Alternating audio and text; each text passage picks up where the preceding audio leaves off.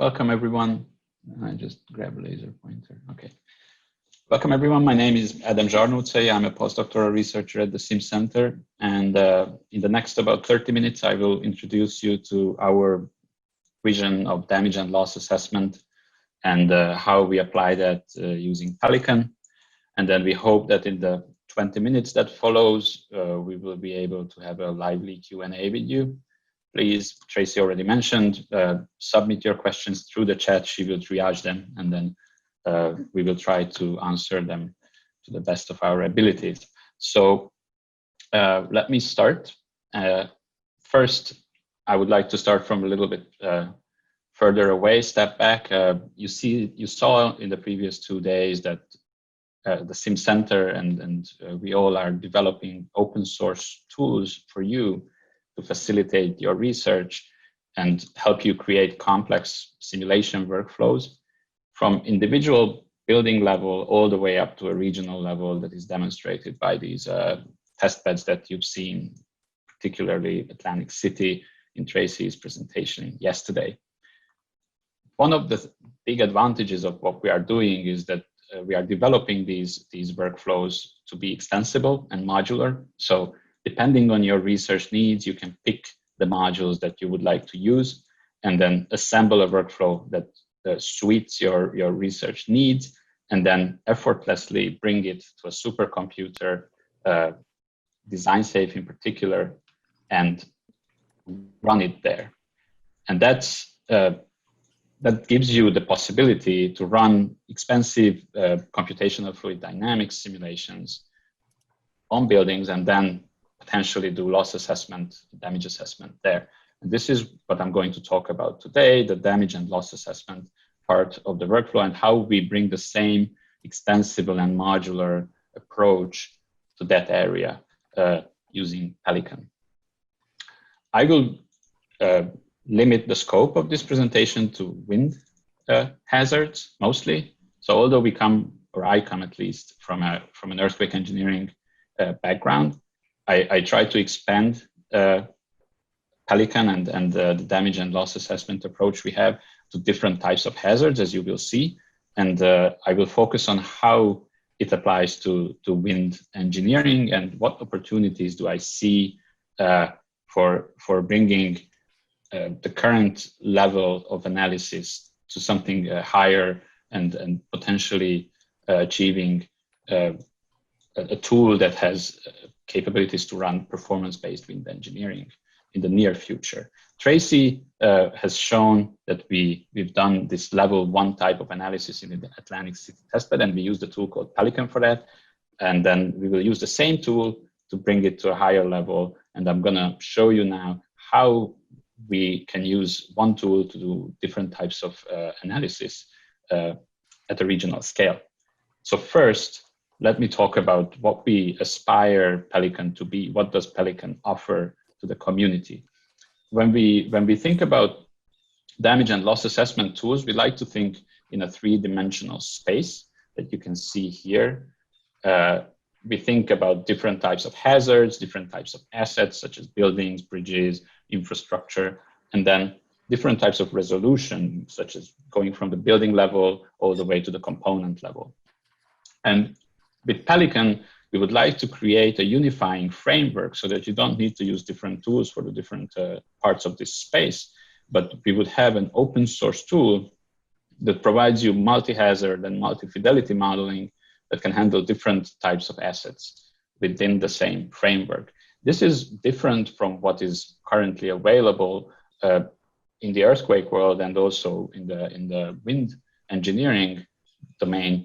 And we believe that it's really helping collaboration between different domains and also within the wind engineering itself. Now, how does this fit into our regional simulation workflow that we call rWHALE? And we have mentioned that a couple of times previously. Let me start from the end result, and we will work our way back and show you where PELICUN is in this workflow. So starting from the end, what we want is to have decision variables available at a regional scale.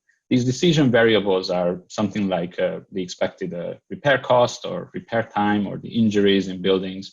For each building, for each asset, to be even more generic, assets, again, are just a word we use for buildings, pipelines, power stations, all kinds of things, components in the built environment.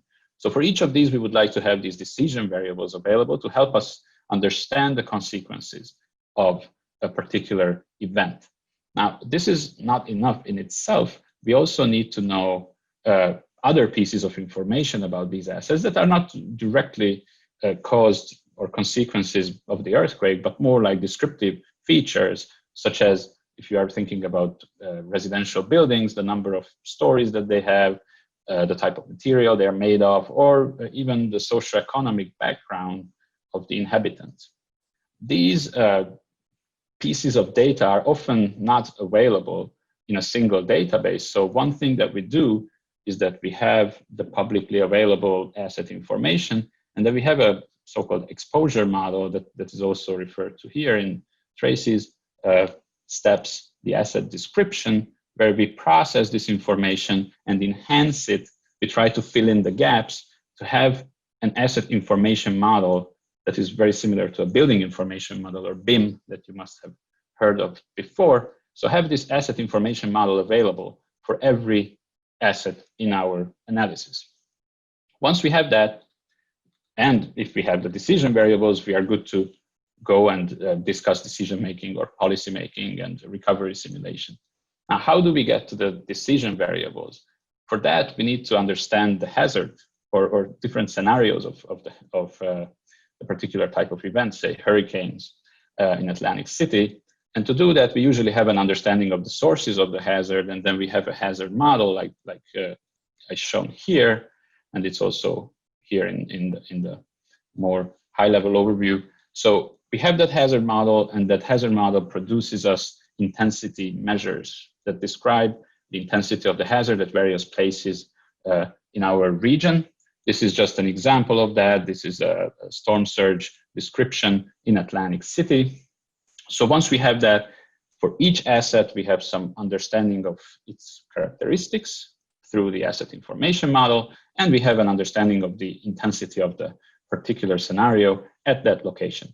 And then what we are doing, and this is a key thing in our workflow, is that we link the intensity measure and the asset information, and then do a damage and loss assessment step to arrive at the decision variables. We do this independently for each asset, because once we know these input data, the buildings don't need to know about each other to arrive at the consequences, the immediate consequences of an earthquake or a hurricane. And this allows us to run these simulations in parallel, embarrassingly parallel, and bring it to, say, design safe, and then save a lot of time and make these simulations easy or feasible to run, even at a regional scale, even with 2 million buildings. So what PELICUN does is it does this connection between the asset information, the intensity measured, and then provides a decision variable, if I'm trying to be very simplistic in its description. Now, what we would like to achieve, because in wind hazard or wind risk assessment, looking at HAZUS, for example, this is currently the level of the analysis. What we are aiming for is to include a response model here. So given the intensity, have some kind of estimation of the response, have some EDPs that are not wind speed, but rather some kind of pressure or other things that probably you are much better aware of what we should use there, and use those as descriptions of the intensity of the response of the building, and then come up with damages based on those results. I will talk about both approaches in the next step, but first let's look at under the hood of PELICUN and what happens in there. How do we get from intensity measures or EDPs to decision variables? What are the components that we need there? So if we look at only that independent part of the workflow, first we can do this very simple assessment type, going from intensity measure using a loss model that is informed by the asset information to arrive at a decision variable. This is what's done in the flood damage and loss assessment in HAZUS. And actually, it's not really a damage and loss assessment, it's just loss assessment. Usually they use insurance claims data, so they know the losses, they fit some functions on top of that. And then depending on the type of building we're looking at, and depending on the height of the water, we can get the damage or the repair cost or the losses in the building. So that's the simplest possible approach. We can go one step above this by introducing damages in the process. So this is something like the earthquake damage and loss model in HAZUS. We start with an intensity measure, have a damage model. First, we have some damage states identified, and then given the damage states, we arrive at losses, which is going to be described by decision variables. And then the highest level that we are aware of at the moment is something like FEMA P58 for earthquakes, where, as I mentioned, we have a response model first, then use engineering demand parameters to describe the damage, so we have a more accurate, higher fidelity description of the damage, and then go to losses and then decision variables. So these are the three different types of analysis that we are thinking about.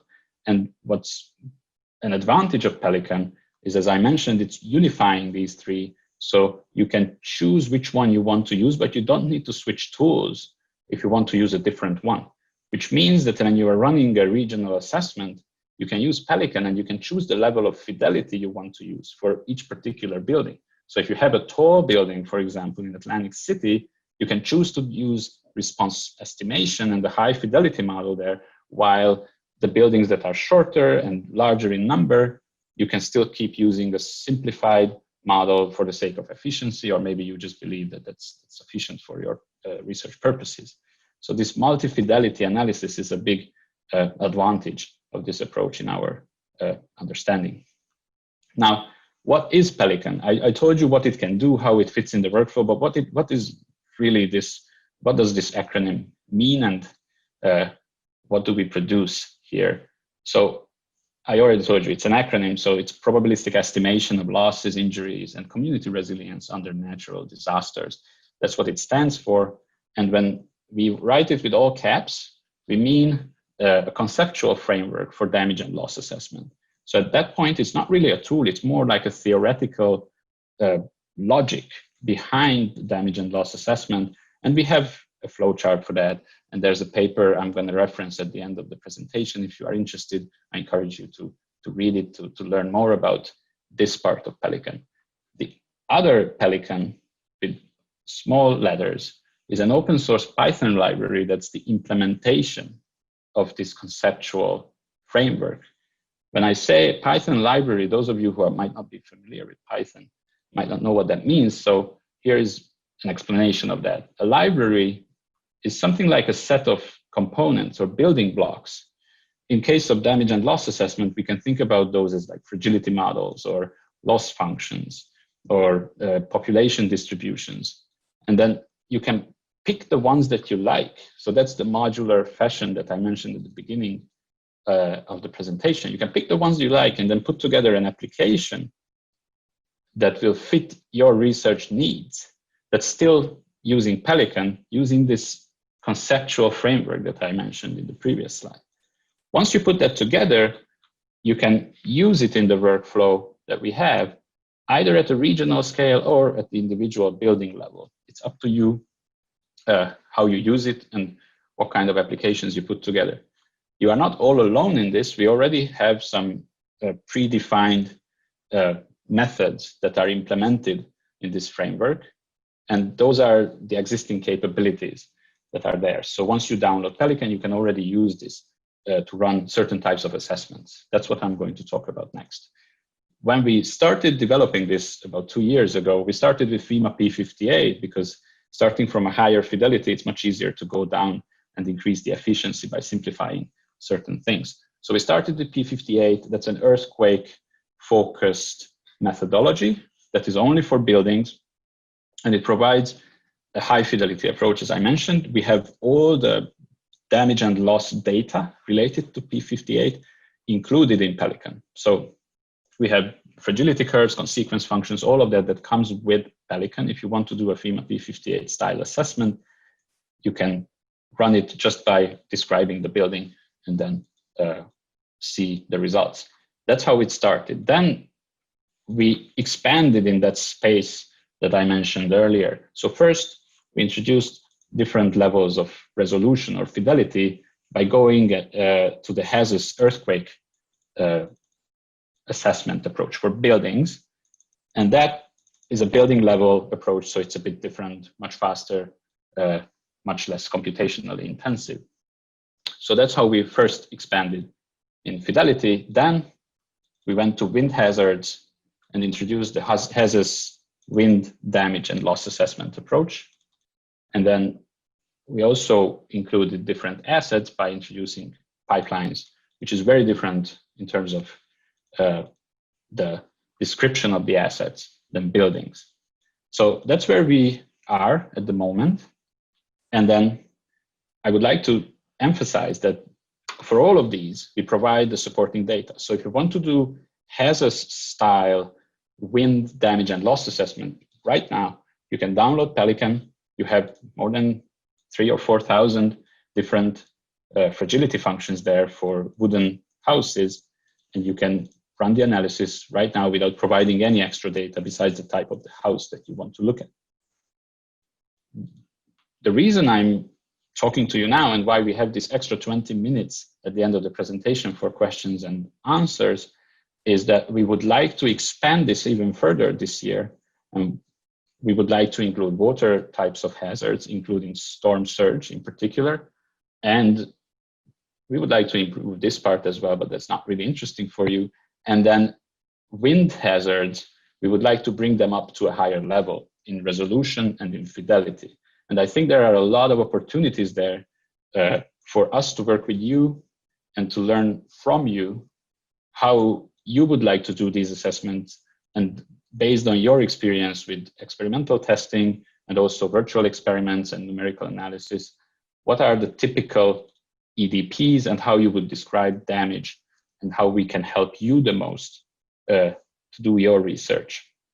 So I would like to talk about my understanding of the opportunities in wind engineering, and then I'm interested in your opinion of these suggestions, and if you have some others, I would be very happy to hear them. So there are 3 topics that I would like to touch on. Increasing precision, so that's like increasing the resolution. Improving fidelity, which is something like improving the accuracy at a particular resolution. And then improving how wind hazards and wind damage assessment works with other hazards, storm surge in particular. So let's start with precision. In order to talk about this, first I need to give you a description of where we are at the moment, because I'm not sure all of you are running HAZUS style wind assessments. So HAZUS works in a very strange way when it comes to wind hazards. It starts with the same type of information that I mentioned before. So we have some intensity measures that we need to describe the intensity of the hazard. That's in particular in HAZUS, we have peak wind gust speed at 10 meters height in open terrain. So that's what comes in. And then we need asset information for those of you who might have an earthquake background and saw HAZUS earthquake methodology. This is a bit different because we have a lot of information that we need about the building. It's not enough to know that it's a wooden house with 1 story, but we need to know the structure type, the roof shape, the terrain roughness around the building, and then a lot of other parameters. I did not even list them all. You can see like secondary water resistance or the area of windows, tie downs, and so on. We need to know all of this to be able to identify which fragility curve to use. And then once we do that, we can pick one out of the more than 20,000 fragility curves in HAZUS. Each, or not, those are damage models, I would say, because each of them has 4 fragility curves, as you can see on the right side here, for the 4 different damage states that HAZUS uses. Now, these are not functions. They look like log normal CDF, but they are discrete points that come from a synthetic computer simulation that was done more than a decade ago. And they provide information about the probability of exceeding a particular damage state at each 5 miles per hour increments in wind speed. And in between, you do linear interpolation. So that's how the damage is identified. And then the losses come from a different model. So the interesting thing about HAZUS, if you look at this figure at the top, is that we go to the damage model, we get the damage measure, and then we stop there. And then when we want to have losses, we go back to the intensity measure, go through a loss model, and then get losses. But the damages and the losses are not coupled. So the loss model will give you a particular mean loss ratio, again in 5 miles per hour increments based on the same computational simulation that they did about a decade ago. But those losses are not linked to the damage model. So if you have, say, 150 miles per hour wind, you see that we are looking at about 0.65 loss ratio here in this particular building. And then that could correspond to any of these damage states. So there is no link between them. Okay, so that's where we are now. And how can we improve on this? Well, this is a building level loss, building level damage. That's what HAZUS provides. One way to improve on this is just by looking at what computational simulations they did. I'm sure that it's possible to do this at a higher resolution, not at the building level, but at least at a subassembly level. That's what they did. That's how they got the building level damage information. You can see that they are linking different subassemblies and the damage in those subassemblies to arrive at building level damage states. So if we had such data available for a large number of buildings, then we could provide such fragility curves for different subassemblies and then describe the damage rather than in a building level. We can go and describe for different pieces within the building. This is very advantageous, not only because we know better what happens in the building, that's trivial, but as you will see later, it is also very good for working with other types of hazards, because when you have a flood, for example, it will damage different parts of the building than the wind. And it's much easier to avoid double counting there. I will return to this a little bit later. And then this is just one step. If you go further than that, we can introduce component level damage assessment, which is, for example, in this exterior wall case, we can disassemble it into a window, a stucco, and a door, and who knows what else is important there, and estimate the damages for each of those. And this is how we arrive at performance-based wind engineering, much like how performance-based earthquake engineering works today. So it's important to emphasize that PELICUN already supports all of these levels of analysis because it has been designed to do that for earthquakes. And all we need is the data, which is not a small thing to ask, I know, but at least the methods and the framework is there. So if you have done or are planning to do experiments that would provide this kind of data, then we would love to hear that from you and work with you to bring that to this platform so that we have something to start with and then grow from there. Now, these steps provide us higher resolution, but higher resolution doesn't mean that the data that we get out of it is actually accurate. So how do we improve the fidelity? I also have a couple of examples for that. I mentioned that HAZUS has these two sets of models, one for the damage and one for the losses. One thing that we did already last year is that we used these raw data and coupled the damage and the losses. So you can see that here, these models were decoupled, and then our approach channels the flow through the damage measure, and then given the damage state, we evaluate the losses. Actually, you can see that these are very nicely fitting to the data, the log normal functions that we fit there. But more interestingly, given the damage states, we could calibrate loss ratios. So for each damage state, we have a particular amount of loss that we expect in the building. And using those loss ratios, we get back this loss function pretty accurately. So this is already available in PELICUN. This is a coupled approach, but it's still a building level assessment. And it's still using wind speeds to describe the damage and then the damage states to the losses. In order to get to a higher resolution, we also need to think about using something more descriptive of the damage, and that's going to be the engineering demand parameters. In particular, as far as I know, it's the pressure, the wind pressure at different parts of the building. So instead of having one wind speed value, we go down to more localized description of the hazard, of the event. I think this is much similar to using PGA, peak ground acceleration for earthquakes, and replacing that with drifts or peak floor accelerations in the earthquake world. So this is an important step, and I think we have the experimental facilities and the virtual experiment capabilities to support this step and to run such analysis and have such data available so that we can have a better model for damage and a higher fidelity result at a higher resolution.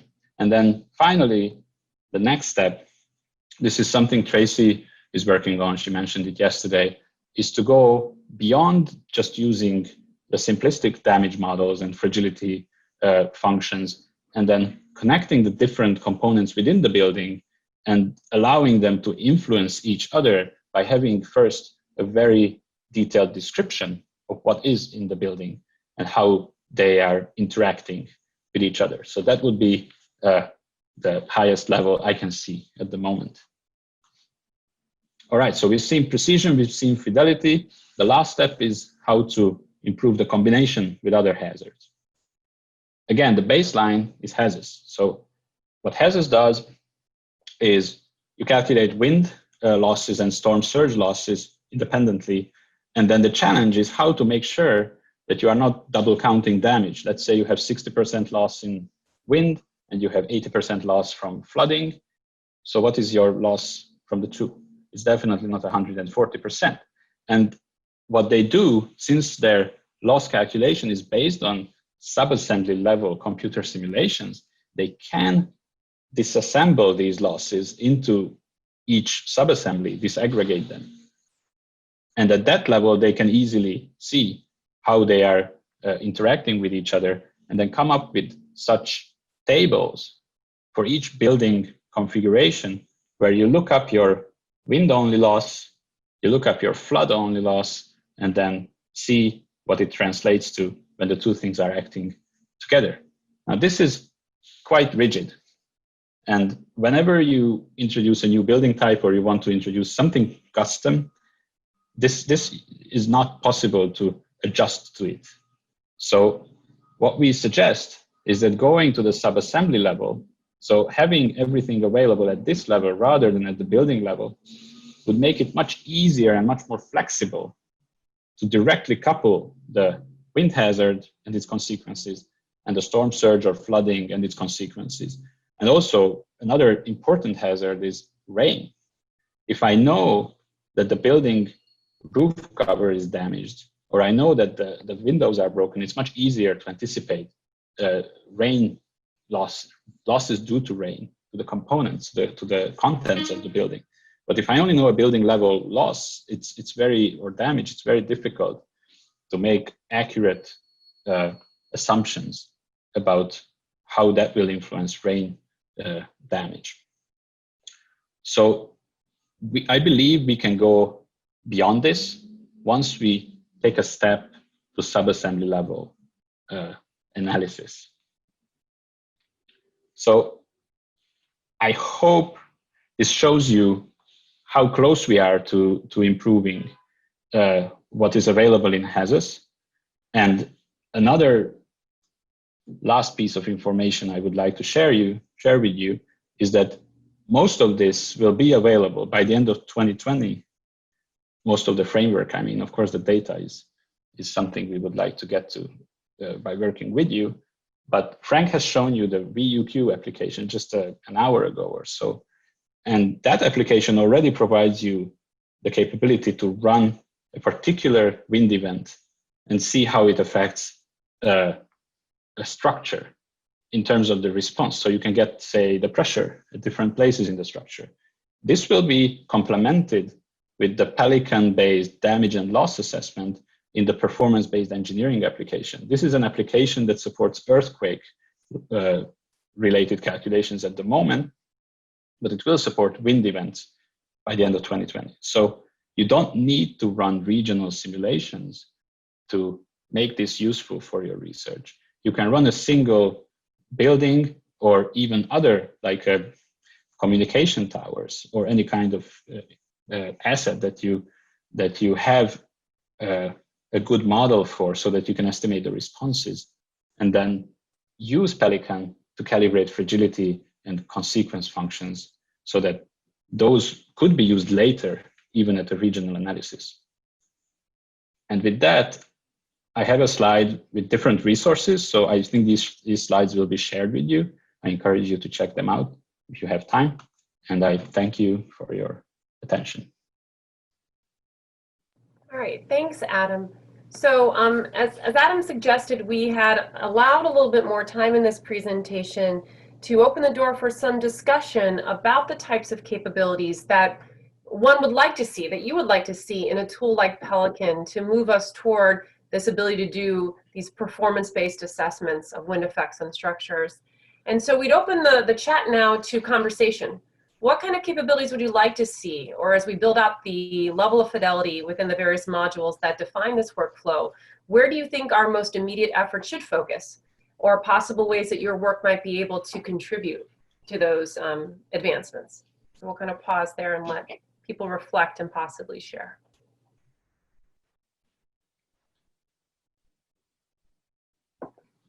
And as they're pondering over that a bit, here we go, first one comes in. So shielding and channeling effects of buildings close together. So this idea of trying to capture some of the site-specific effects. That is one, it's a question of whether we have that in there. And the short answer is not to the level that one might hope for, meaning we account for the effects of exposure, but getting that kind of in-depth site-specific description of how the neighboring buildings, for example, modify the flow and the effects on the structure. Oops, sorry, my dog is still yappy. Are not explicitly included. Adam, I'm going to mute while he's barking. Did you want to jump in and maybe engage our colleague a bit on this? I can, sure. So let me just go back here a little bit to explain this. So yeah, here we are. So I think when it comes to the interaction of, or how one building affects the other at the region, right now, the intensity measures are evaluated before we go to individual building assessments. So those intensity measures can possibly capture these types of interactions. It depends on the hazard model that we use and what we know about the environment.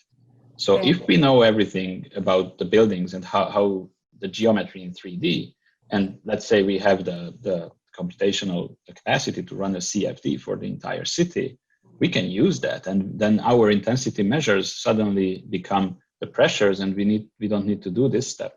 So that's a possibility. I don't see that as something feasible today, but maybe some people would disagree. What we do today is that we have these intensity measures that are typically wind speeds on open terrain. And then when we come to PELICUN, either straight or through these steps, we consider the terrain roughness around the building, which is, I know it's simplistic, but that's how we consider if it's in an urban region or in the middle of nowhere. Yeah. Thank you, Adam, for fielding that while my dog went a little bit crazy. But I think this also represents a really excellent opportunity, right? As Adam suggested, being able to run full CFD on the regional scale that we're looking at with these kinds of test beds could be challenging. But I think one interesting area of opportunity is to think about how we can make a kind of hybrid approach that meshes, for example, these things together so that you're running the test bed with a more simplified description of the exposure. We are currently able to extract that from land use, land cover data. But you're also aware from our presentations yesterday how tools like rWHALEs allow us to extract imagery or about all the buildings for which we have parcel information and building photographs from things like Street View to capture a geometric description of everyone next to you. So in theory, if you wanted to pick a footprint, a set of footprints of buildings in the immediate vicinity and run a higher fidelity simulation locally there to capture local wind effects, and nest that within the larger simulation where we're using a more crude approach to account for that kind of interaction effect, that kind of local topography using land use, land cover, then I think that that kind of nested simulation creates an interesting opportunity that is currently not in the framework, but could be a way to contribute. Sorry, we have a repairman working at the house, and for some reason my dog forgets that he's met him 15 times today, but each interaction is apparently novel. So I hope that that answered that first question. There's another question that's come in. Can you clarify if PELICUN works with damage assessment imagery data or just structural response from numerical and experimental simulations? So I don't know, Adam, if you want to jump in it, I could jump on it too. I'm trying to understand the question to make sure I answer the right question. So Tracy, if you have something to say, maybe you should start, and then let's see. Yeah, so what I would say right now, Mal, is that the way it's structured currently is that all the representations of the structure and the simulation of damage happen in an entirely computational manner. The pristine structure from the building inventory, no damage, is pushed through the simulation, exposed to the hazard intensity. Its corresponding level of response or the exposure then results in some level of damage, and it moves through the workflow completely using computational simulation and not mashing up any kind of actual damage that may have occurred in the event that you were trying to hindcast, let's say, performance based on some full-scale observations after an event. Now, with that being said, there is an exciting opportunity to look at how the rWHALE tool that's currently being used to extract various geometric and building information from photographs could be used as a part of a more integrated loop that takes real damage photographs from field reconnaissance, processes them to get some indicators of component level losses, and then compares that against the result of the simulation, and can be used to calibrate, as Greg suggested in the conversations yesterday, the model. So currently right now there is no infusion of full-scale observations or field observations of damage. It is an entirely simulated workflow. But it does seem interesting to consider how we could take some of the capabilities used to digitize our inventory and use them as part of a model validation framework. Adam, I don't know if you want to jump in. Yeah, I just want to, I agree completely. I think what I described today is how we do the simulation. I think those imagery that is available from past disasters would be useful for calibration, as Tracy mentioned. So in that case, we have to think about the computational costs, because calibration at the city scale, running this simulation possibly thousands or tens of thousands of times, could be very expensive. But yeah, I think it's possible. There are solutions, there are surrogate models, there are ways to work around that, and then that would inform the damage models, so that could help us develop better ones. And PELICUN can help with the calibration once the data is available, but as Tracy mentioned, first we need something like rWHALE to extract the data from the images. All right, Greg has just jumped in. So basically, so Greg has asked, are you aware of any efforts to systematically collect damage and loss fragility models for wind or storm surge for various types of components and buildings? I think to answer this question, and perhaps I'll nest it in another angle, there was a great benefit, as Adam mentioned, of having P58 as a kind of a one-stop shop that was already nicely organized and advanced through the work that previously occurred in the earthquake engineering community, to bring that directly in and have all of that at our disposal. And now the question becomes, is there a similar effort in the wind community that would be collecting or developing these necessary damage and loss fragility models so that we could get to the level of fidelity we are hoping for? So I think we're going to open this up more for a point of conversation. A lot of my instincts tell me this is going to be mined from the individual efforts of researchers like you and the work they're publishing, and some of the work that's being derived by looking at these large-scale sampling efforts after major disasters to document performance and try to reconstruct some of this from those observations. But outside of the public loss models, is anyone aware of an open effort, if you will, to compile and aggregate this kind of information?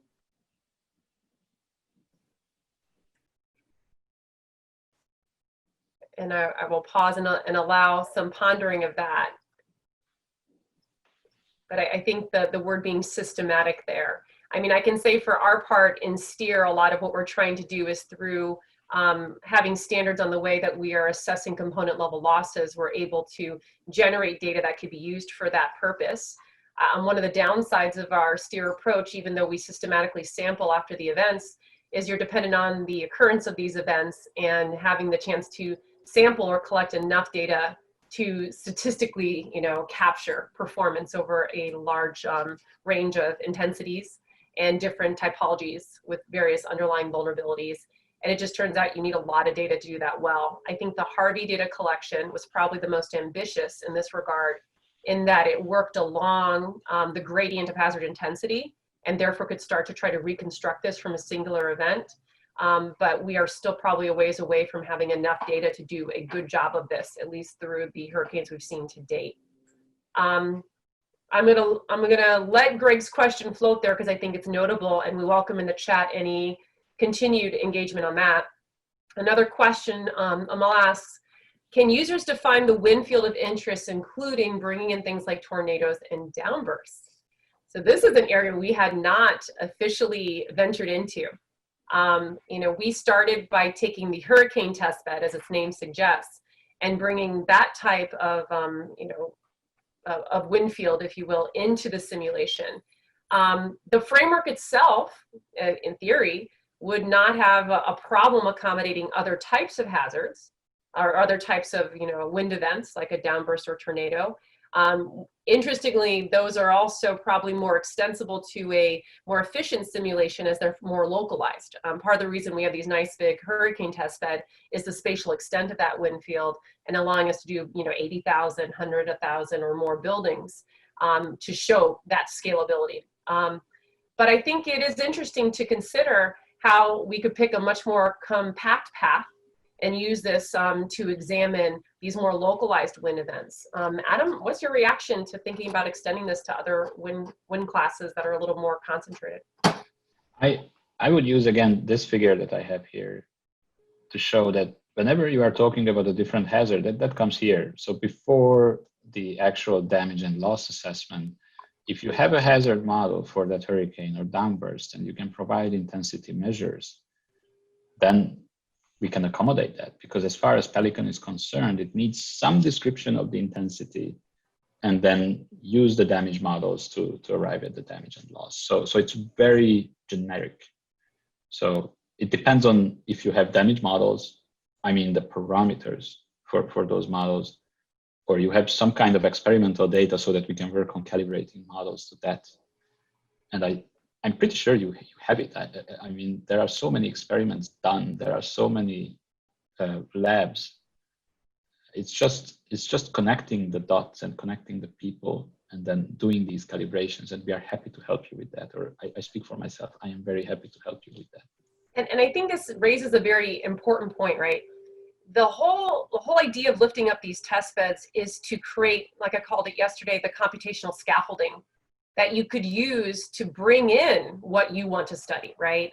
And so the idea is the inputs, outputs that have to flow between each of these, boxes in Adam's diagram, once they're constructed and the workflow is erected and shared, and these are all open and available in GitHub, then you have the ability as a user to come and shift the direction of that test bed and bring in some different features. And that kind of parlays into the question that Maria asked about going to the Caribbean. There should be no reason that the testbed couldn't be extended to other regions. And here's a couple things to think about when you're thinking of extending it somewhere else. Number one, do we have good inventory data? One of the strategic reasons of picking the Atlantic City Testbed or New Jersey is they had a lot of great open data. For the earthquake testbeds they ran, they had the urban sim results. The reason I point this out is you need to have some good data on the inventory, ideally high quality data or fairly complete data, to be able to start generating descriptions of these structures. So that's the first thing I'd point out. The second is, do we have meaningful hazard simulations for these areas, which would again require having bathymetry and topography, land use, land cover, all the things you need to drive that wind field or storm surge in that area. For the Caribbean, and knowing where Maria's from, you know, some of that already exists, at least hindcast results for Maria that are available, including the ARA wind fields, which are in design safe now, and some of the AdCirc simulations, I believe, are also posted. So you next want to look for, do I have a good way to either simulate the hazard with the right, you know, data that I would need for the exposure and other features that I want to simulate, or are those runs already done somewhere and I'm going to do a historical event or a synthetic event, but that data is available. Once you kind of get over those two hurdles, I'd say the last hurdle you have to jump through is, are there appropriate descriptions then, you know, do I have the fragilities I need, in other words? And that's where things get tricky, right? One of the tricks that we're doing with the New Jersey testbed is, because we can enforce code compliance, and they have a high rate of code compliance, at least according to IBHS, we are able to take some rule sets and prescribe how we think they're going to perform, and the topologies are well documented in HAZUS. And therefore, we have ways of describing their likely performance, levels of damage, and associated loss. In the Caribbean, we'd have to start asking questions about, does that data exist that captures how the state of construction in these areas would perform? Do we have damage and loss data?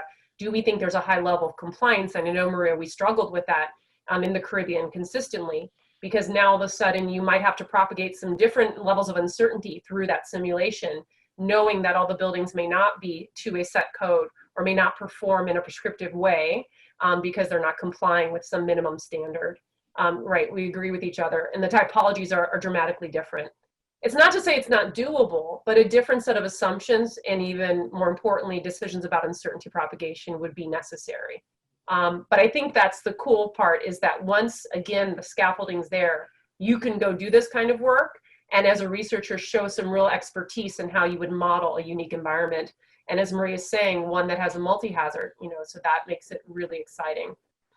Yeah. Adam, I kind of grabbed that one because I could sense a lot with Maria coming from Puerto Rico, some of the things she might be interested in. That was perfect. I agree with you. Yeah, and so there's a couple other questions. Sanjay asked a question about, is it any different from running the Atlantic City Testbed? I think for yeah, do you want to jump on that one then? Yeah, I think I can answer that real quick. I just wanted to be like careful about the damages from tornadoes and downbursts versus the damages from hurricanes. So although it's both wind, I can imagine that the damage, at least when we look at it at the building level, would be described by different fragility functions. So you cannot just take the hurricane fragilities and apply them in a tornado. I'm not sure. So at least when we are at the building level, if we go to a higher resolution, then suddenly we don't have to be so careful, I think, once we have pressures or once we have something even more granular. But it kind of it represents a really good point. As you imagine uses and extensions of the testbed, you kind of have to step through the chain. You can go through the, you know, the 5 colored boxes at a meta level and just start to think about whether the necessary data or models are available for that. And there are some that have been developed, especially in the forensic evaluations after tornadoes, that help to capture those levels of damage. Another question, industrial systems, open structures with equipment, pipes, cables, transmission, offshore. Yeah, I mean, this kind of was like your pipelines block, but this other type of distributed infrastructure, which we know also has challenges. Adam, what are your dreams for that in Pelican? I would love to. So when I show this, one of the things I miss from here is having a box in the background here, like wind and pipelines, or wind and not really pipelines, because that's I don't really expect, but let's say wind and transmission towers. I don't know about any fragilities there. If there is data, I would love to include it. Yeah, there definitely is. So the lifelines and you know, electrical power systems and other things, they're definitely ones that could come in doing these more networked models. We can support it as long as you have some kind of a logic that starts with an intensity. Then you have a function. It doesn't have to be log normal. It doesn't have to be normal. It can be anything. You have some model that describes the damage state as a function of the intensity. If there is something like that, I can bring it in Pelican. Basically, it's that simple. It doesn't have to be a building. It doesn't have to be even a structure. It can be anything. Well, I think that's awesome. We are out of time for this session, but it's a perfect segue into the next section. Imagine, if you will, how you could bring your research in, make your next proposal so much more competitive, because you're possibly not only leveraging the Wall of Winds EF capabilities and writing an excellent proposal, which is what our next session is all about, but even showing how you can parlay that into the workflows of the SimCenter, for example, into these regional test beds to really amplify the reach and impact. The chat showed how specific questions or applications could really shine lights that the community hasn't really looked at before. Now with this available as a scaffolding to build off of, it might help you to reimagine ways to actually recraft your proposal to have even greater, broader impacts by working with both facilities. So with that, I'll thank you, Adam, for the presentation. And I will transition now. I think we are going to Arindam, who's going to talk about how to go win that NSF proposal. And he knows how to get this done. He's very skilled in that area.